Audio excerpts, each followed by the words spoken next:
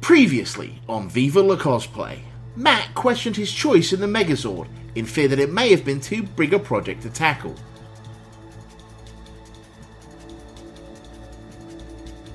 He decides to bring on the pain and continue as planned, buying gloves for the hands and a speaker for sound effects.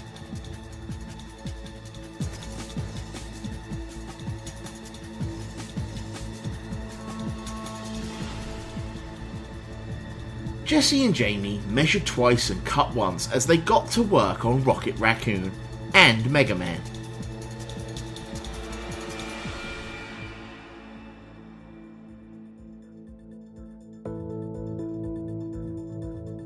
Jamie knocked out the bulk of the construction on the Mega Man helmet, including designing and fabricating the side plates. Katie experimented with latex ear prosthetics and nearly finished her cape using some very convincing weathering techniques.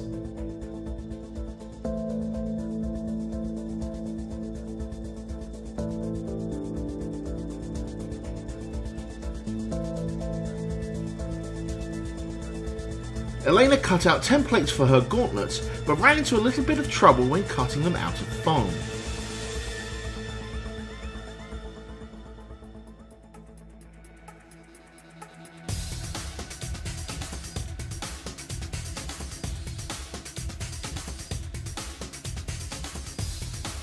Devon made serious headway on his lancer, gloves and wrist pieces for his heavily armoured Gears of War cosplay.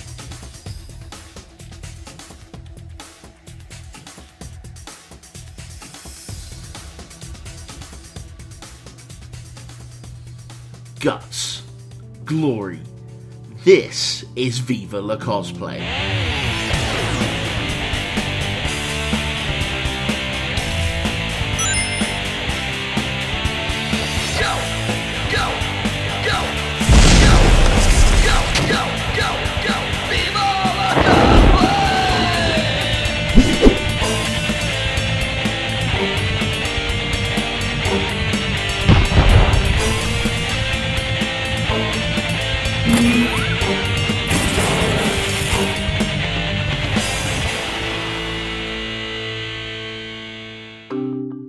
Back in River City, Richmond, Virginia, the three amigos raid a local Halloween store for important business.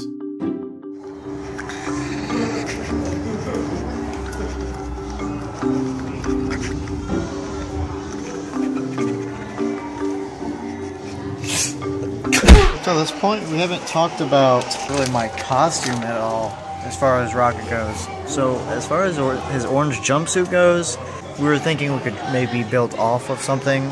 First, I considered sort of a painter suit I could get from probably Home Depot or something. I didn't really have much luck finding any though. So we had the idea of trying a prison jumpsuit. We could obviously modify this, add all the details that we wanted to. I'm gonna try this on, see how it fits. You look like you're in prison.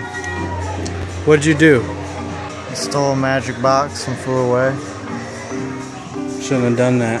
Jesse is happy with his decision, and the three men leave the store like the respectable, responsible adults that they are.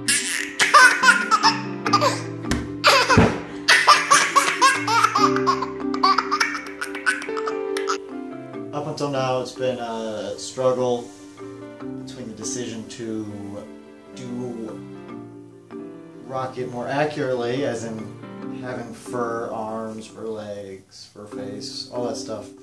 Believe it or not, raccoon masks, very rare and very expensive, so it's not conducive. So for a while I was thinking, I want to do any sort of fur, or just do makeup on my face or something, because that seems to be what the majority of Rocket Raccoon cosplayers do anyway. It's easier. Decided that might be a little bit of a cop-out. If we're gonna go do something, might as well go all the way. I am working on my coma piece. Devon told me it's called a coma. I call it the skirt. It's the nightingale part of the skirt. Like, it looks like a skirt to me. I just finished putting it together with context mitt. I'm dedicating all my time tonight to adding glue lines to it. Pretty much what I'm gonna do is all these you kind of look at the pattern and you trace them onto the pieces with a like marker or something, and then you take glue with the glue gun and just do all that. It's just very time consuming because you have to be like so slow. This is really starting to come together and I'm really excited. I've been putting off doing some contact cement work on this for a while. I have all the pieces to finish my chest piece done. Basically what I have left is a patch that goes here and then some straps. And I'm gonna glue that on here in a minute and have that done, and then I'll start gluing the detail lines onto here, and then it's ready to paint. And all I have to worry about is finishing my gauntlets, which I've started, and some leg armor. I need to get some boots. In Lore, Katie sits down to catch us up on her Sylvanas Windrunner cape. This is the cape. It's all finished. I am super excited. I think it turned out really nice. It looks really pretty, I think. It really adds that little extra something something. I have my ears that I'm gonna poke through it. I gotta make little ear holes, and these are actually gonna like come through. So they'll be like this coming out of the hood. So last night, about 1 o'clock in the morning, I was working on my skulls for Lady Sylvanas' pauldrons. Skulls. Darkwood Manor was so gracious to donate some skulls for the project. And I started painting them, like you see here. This one has a little bit more paint than the other. And I realized, like, as I was making them and painting them, I was like, I don't like these. I hate them. It really, really bothered me because they look so messy. They're made out of some type of foam. They're all very bumpy, and they're just, the texture of them are all different. They were painted with latex paint when they were put in Darkwood for the haunted house, which is great for the haunted house purposes, but for this, it just wasn't working for me because they were so imperfect. They had so many, each one was very different as far as they had cuts and all this stuff. So last night I was just like, I was very unhappy with them. I was like, I cannot use these. I can't put these on my pauldrons. It just was making me go insane. So I got the idea to take some extra worbla that I had and cover them, recover them, so that they all had the same texture. So I ended up with this. This way, they all have the exact same texture to them. Matt finds himself between a rock and a hard place. Okay, well, I'm gonna be serious.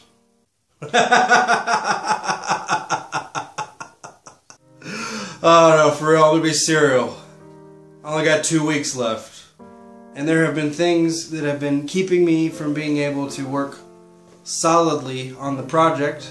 I've been working a lot for one. I got sick, put me out of commission for almost a whole week. We had a con, we had public events we did with our film production company. I changed residence. All these things have kind of stopped me from really being able to do anything. And here I am, looking at the calendar, about to have a heart attack. I still need to make both feet, and that includes figuring out how I'm going to stilt the costume, because I want it to be like a taller costume. I have to make the upper legs, the abdominal area. Basically need to make a big armored diaper. And then I need to figure out the lenses for my eyes, whether or not I'm going to put the speakers in, or if I'm going to leave that out for a future upgrade. And then I gotta paint everything, which is a process in itself, because the Megazord has got a lot of different colors incorporated and add details, so that I really have my work cut out for me. There's definitely more than 2 weeks work left in this. I need some cosplay voodoo, if you will. One of the issues we run into as cosplayers is essentially a balance between time, cost, and I guess pride, you could say. I like being able to say that I built everything you see. That can limit me in some regards, because where it could be very easy to use a piece of sporting equipment, I'm more tempted to try to build the part myself. That can result in a much, much longer time spent making the thing, and potentially more money, because in some cases I can find a sporting equipment piece at Goodwill for $2, and making it can cost, you know, $5 in foam. That's not much, but it does stand to show there is a comparative monetary ratio to it, whatever. Digging through some old tactical gear I found these. I am not even sure what these go to. I don't know if they're made for hockey or rugby or what. I've gotten the hand watch and the wrist part done on Marcus, and I was moving to the elbow plate and the bicep guard. And I was going, man, how am I going to do that? How does that elbow guard work? And I was debating how I would build it, and then I found these. The biggest difference here is this part on the rest of my arm doesn't really exist on this figure. So if I were to use it, I would probably cut that section off. I'm going to cut it, and I'm going to see what happens.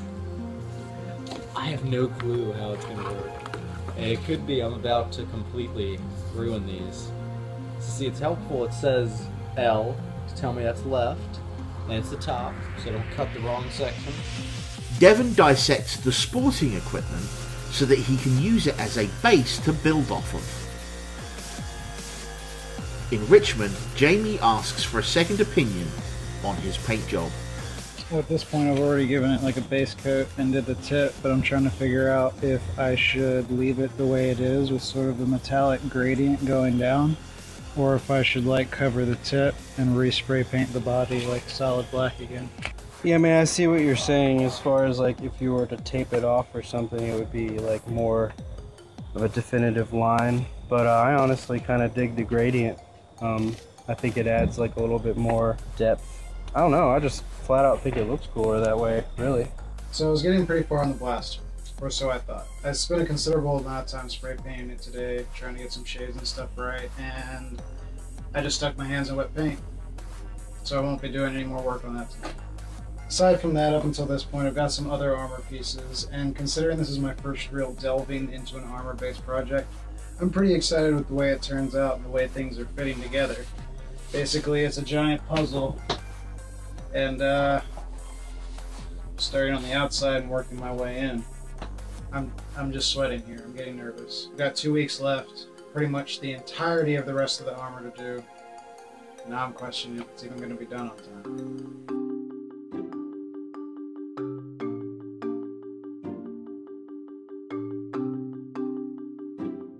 Like many other cosplayers, Katie uses EVA foam to build her armour. But she lets us in on a little secret about how to take this method to the next level. Happy things are happening. I'm finally moving toward the final stages of my armor stuff, and that is covering it with worbla. If you don't know what worbla is, let me share this with you. Yeah. This is worbla. I have a lot of it. I'm making us a fort. Don't judge me. It's a thermoplastic. It comes in sheets like this. I love it. I like to build everything out of EVA foam first. EVA foam is also great, and it's great on its own. But I realized very quickly that with worbla on top, it makes it look so much more armor-like. You can really manipulate it and twist it and turn it and do so much with it that you may not be able to do with EVA foam as far as sculpting as easy. This is one of the pauldrons. This is one of the shoulder pieces. This is the shin, one of the shin pieces. This is just out of EVA foam. So obviously you can do a lot with EVA foam also, but I like it to give it the worbla coating. This is one of the pauldrons with worbla covering it. I added the spikes already, so as you can tell, it just makes for cleaner lines, just a great base. And a lot of people complain about it because it is very expensive, and I completely get that. It's not the most affordable material on the planet, but I think it goes a long way. These spikes were purely made out of worbla pieces and scraps. And another amazing thing is it's so sturdy. Like, I can just like throw this stuff around. It doesn't even matter. Nothing happens to it. So once again, Jesse is shopping for a vital attribute to his costume. Rocket Raccoon's fur. This is kind of good. It's kind of got a pattern in it. As you can see. Keep looking. This fur is like perfect for what we need. I need to wrap my arms, my legs, and then I need to find a way. I don't even know how we're gonna do my chest, neck, and head. I don't know how we're gonna do all this. We can definitely do what Jamie was saying and kind of make you like a cowl out of this. Only trouble I foresee us running into is that this is not very like stretchy on the inside, so we just have to make sure it like fits you perfectly. Jesse goes with it, but decides to switch his focus back to completing Rocket's giant gun. I just burped in my mask. Cosplay tip of the day, don't burp in your dust mask. It smells like waffle fries. You think that'd be good? No, it's not. Jamie assesses what is left of the gun and gets busy cutting detail pieces out of PVC pipe and sanding them down to fit. Oh, what was that? It's gone. You see, that's why we need goggles. That's why we need them. That's why we... Protective eyewear. You gotta have it. You gotta wear it. We picked up some pretty cool tones from the hardware store today. We're gonna do a mixture of highlights and lowlights to try and get a similar look to what they had on the prop in the film. Jamie finishes the meticulous job of painting the gun, and the heavy weapon is ready for action.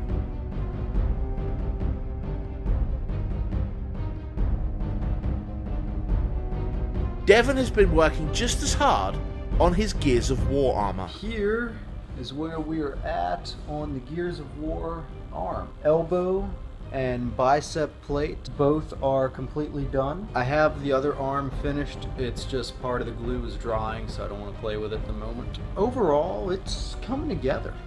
You know, that's essentially it. I mean, the rest of the arm here is bare. I made a stupid mistake. These are shoe pieces just like this that, you know, they've been glued together. I didn't take the fact that there's different levels on the shoe into consideration, so I glued these together first, and now I've got the glue on the shoe, got the glue on the inside. So I'm gonna have to try to work this thing into position. I don't know if I could go from the top now that I think about it. Instead of put the first one on, glued in place, put the second one on, glued in place, I gotta try to do them both at the same time. So I'm playing with levels and all kinds of crazy physics that just really suck.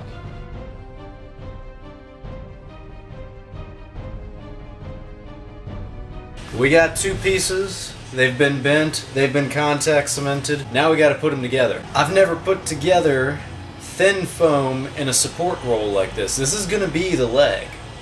I've done it with a thick foam and the Red Hood helmet. Never done it with thin. Evil Ted, who did the tutorial that I followed to make my Red Hood helmet, warned against using thin foam for the purpose of a helmet because thin foam would not be structurally sound enough to hold its shape. So there is really no idea how well this is gonna work. So let's see what happens.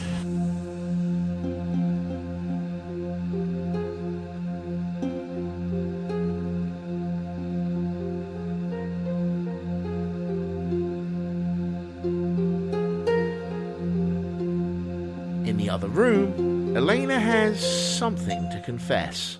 I do not have enough time to do the Dark Brotherhood as I would have hoped. I just simply did not allow myself enough time. It's very disappointing, and it's the second time I've ever backed out of doing a cosplay that I told myself I would finish. The first time being I was making a Maleficent costume, and I just decided that my sewing skills were not up to par to finish it, and that's one of those I really want to do it justice when I do it. Same with the Dark Brotherhood. I don't have enough time to do it, and I would rather put it off than throw together something really quick and it not be the best that I know I could do. So I will not be wearing it for judging. Like I previously said, I will be wearing the Nightingale, and I don't know if I'll just wear the Nightingale twice or I'll pull something out of my closet to show off again, because I really do love everything. I'm like so fake right now trying to hold it together. I'm really disappointed with myself, because there's absolutely no reason that I shouldn't have it done yet, and here I am. I guess I've learned my lesson now about procrastinating. Here I am with 17 days left till the con and I'm still not done with some of the most basic pieces that I should be done.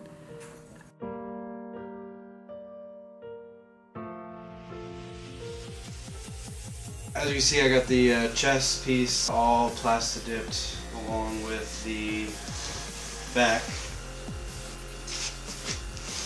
These shoulder pieces, pretty much just cut them to shape.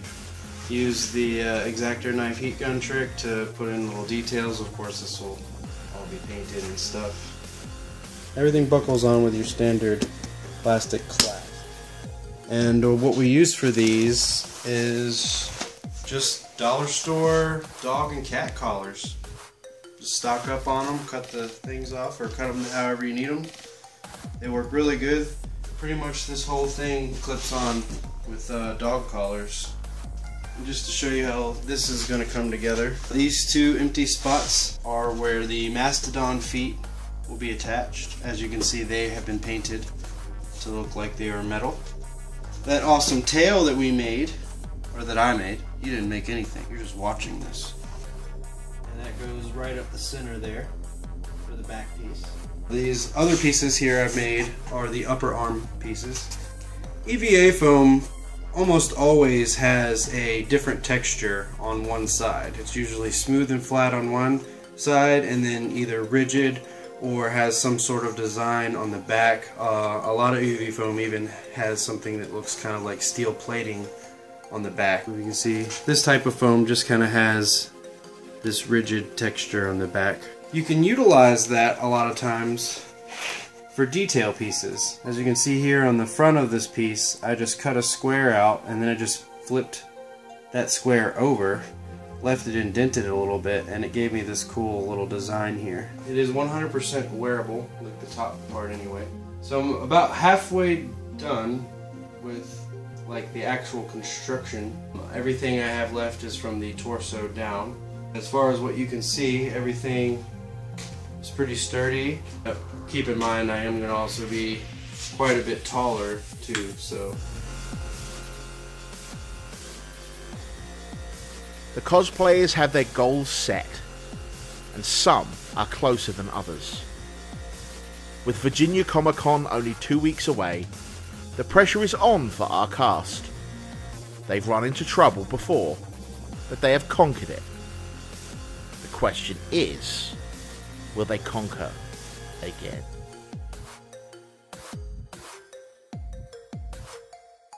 My doggy! Hi doggy, wanna see the people? Look, say hi. Say hi. He's so uninterested.